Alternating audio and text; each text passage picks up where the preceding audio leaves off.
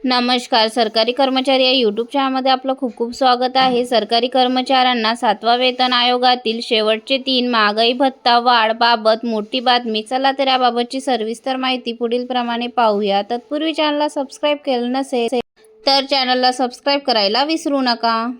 दर 10 वर्षांनी नवीन वेतन लागू करण्यात येत असतो. जसे की सन 2016 पासून सध्या 7वा वेतन आयोग लागू आहे. सदर 7वा वेतन आयोगाची मुदत ही दिनांक 31 डिसेंबर 2025 रोजी संपणार आहे. तर दिनांक 1 जानेवारी 2026 पासून नवीन वेतन आयोगास सुरुवात होणार आहे.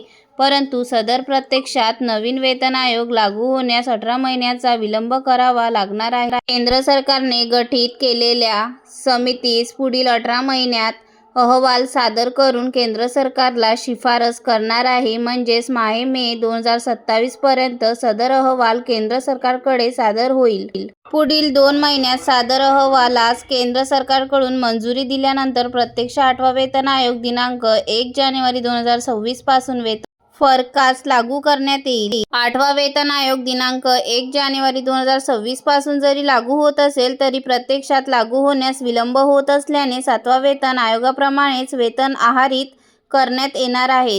यामध्ये मे 2027 पर्यंत 7वा वेतन आयोगाप्रमाणेच डीए वाढ केली जाईल. यामध्ये जानेवारी 2026, जुलै 2026 व जानेवारी 2027 अशा 3 डीए वाढ लागू करण्यात येणार आहेत. धन्यवाद.